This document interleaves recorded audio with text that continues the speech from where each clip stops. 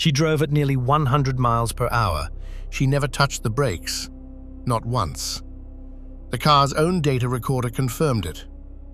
2 young men died. She survived. Police initially believed it was a tragic crash. Prosecutors argued it was murder, and a judge would eventually call her literal hell on wheels. This is the Mackenzie Shirilla case. July 31st, 2022, Strongsville, Ohio. Around 5:30 in the morning, 17-year-old Mackenzie Shirilla was driving her Toyota Camry home after a party.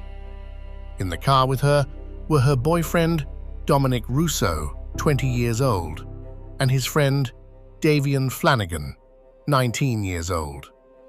Just minutes later, everything changed. Data recovered from the vehicle showed the car accelerated to nearly 100 miles per hour before crashing into a commercial building. Investigators found no evidence of braking before impact, no attempt to slow down, no attempt to avoid the collision. The crash was devastating. Dominic Russo and Davion Flanagan were pronounced dead. Mackenzie Shirilla Survived. At first, authorities treated the crash as a terrible accident. But as investigators reviewed the evidence, questions began to emerge. Why hadn't the driver tried to brake? What had happened in the moments leading up to the crash? And was this really an accident at all? Prosecutors focused on Mackenzie's relationship with Dominic Russo. According to court testimony, investigators reviewed thousands of messages exchanged between the two. Prosecutors described the relationship as troubled and emotionally intense. They also argued that evidence showed Mackenzie was familiar with the area where the crash occurred. The prosecution's theory was clear. They believed the crash was intentional. The defense strongly disagreed. Mackenzie's attorneys argued there was no evidence she intended to kill anyone. They suggested a medical issue may have caused her to lose consciousness before the crash. The case would ultimately come down to one question. Was this a tragic accident, or was it murder? 3 months after the crash, Mackenzie Shirilla was arrested. The case quickly drew national attention. Because she was only 17 years old at the time, many people struggled to understand how someone so young could face murder charges in a crash case. The trial began in 2023. Prosecutors pointed to the vehicle data, the lack of braking, and the circumstances surrounding the crash. The defense challenged the prosecution's interpretation of the evidence. After hearing all the testimony, Judge Nancy Russo delivered her verdict. On August 14, 2023, Mackenzie Shirilla was found guilty on all counts, including multiple murder charges. The judge concluded that the crash was intentional.